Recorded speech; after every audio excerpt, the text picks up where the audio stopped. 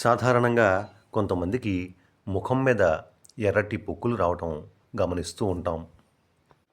ఇవి ముక్కు చుట్టూ కానీ లేకపోతే నోటి చుట్టూ కానీ ఎక్కువగా వచ్చే అవకాశం ఉండవచ్చు.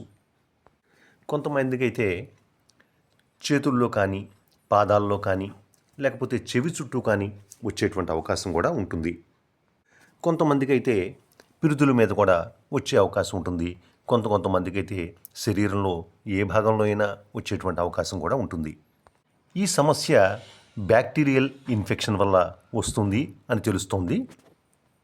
ఈ సమస్యనే వైద్య పరిభాషలో ఇంపెటిగో అని పిలుస్తూ ఉంటారు. ఈ సమస్య స్కూల్కి వెళ్ళే పిల్లల్లో కూడా కనపడుతూ ఉంటుంది కాబట్టి ఈ సమస్యనే స్కూల్ సోర్స్ అని కూడా పిలుస్తూ ఉంటారు.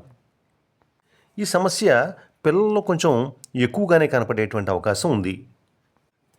ఈ సమస్యని కలగజేసేటువంటి ఈ గ్రాము పాజిటివ్ స్టెఫలోకోకస్ ఆరియస్ అలాగే స్ట్రెప్టోకోకస్ అనేటువంటి బ్యాక్టీరియాల వల్ల ఈ సమస్య రావచ్చు అని చెప్పి వైద్యులు తెలియజేస్తున్నారు. దీనిని అంటువ్యాధిగా చెప్పుకోవచ్చు. ఉదాహరణకి ఈ పొక్కులు చీము పట్టాయనుకోండి, ఆ రసి ఎక్కడ అంటుకుంటే అక్కడ వ్యాపించేటువంటి అవకాశం ఉంది. అలాగే ఈ రసి తాకడం వల్ల ఒకరి నుంచి ఒకరికి వేగంగా వ్యాపించేటువంటి అవకాశం కూడా ఉంది. శరీరంలో ఎక్కడైనా పగుళ్ళు ఏర్పడినప్పుడు కానీ లేకపోతే చిన్న కట్స్ ఏర్పడినప్పుడు కానీ లేకపోతే ఇన్సెక్ట్ బైట్స్ వల్ల కానీ ఏర్పడినటువంటి ఖాళీల గుండా తొందరగా ప్రవేశించేటువంటి అవకాశం ఉందని చెప్పి వైద్యులు తెలియజేస్తున్నారు. మొట్టమొదట పొక్కులుగా వచ్చినవి తర్వాత రసి కారణం తర్వాత అవి చితికిపోతూ ఉండటం జరుగుతుంది. ఇవి దురదగా అనిపించవచ్చు, లేదంటే కొద్దిగా నొప్పి అనిపించవచ్చు. కొంతమందిలో అయితే జ్వరం వచ్చినట్టుగా కూడా అనిపించవచ్చు. ఈ సమస్య రావడానికి స్టెఫలోకోకస్ అనే బ్యాక్టీరియా కానీ లేకపోతే స్ట్రెప్టోకోకస్ అనేటువంటి బ్యాక్టీరియా కానీ కారణమయ్యేటువంటి అవకాశం ఉంది.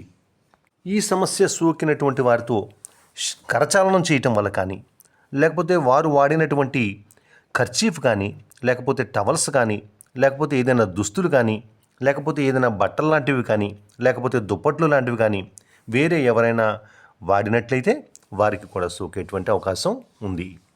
కాబట్టి చేతులు హ్యాండ్ వాష్ చేసుకోవటం ఎక్కువ మంచిది, పరిశుభ్రత పాటించడం చాలా మంచిది. ఏది ఏమైనా ఈ సమస్య కనుక ఉత్పన్నమైనట్లయితే ఎవరిలో అయినా కనిపించినట్లయితే ఏమాత్రం అశ్రద్ధ చేయకుండా వైద్యుల్ని కలిసినట్లయితే తేలికగా దీనిని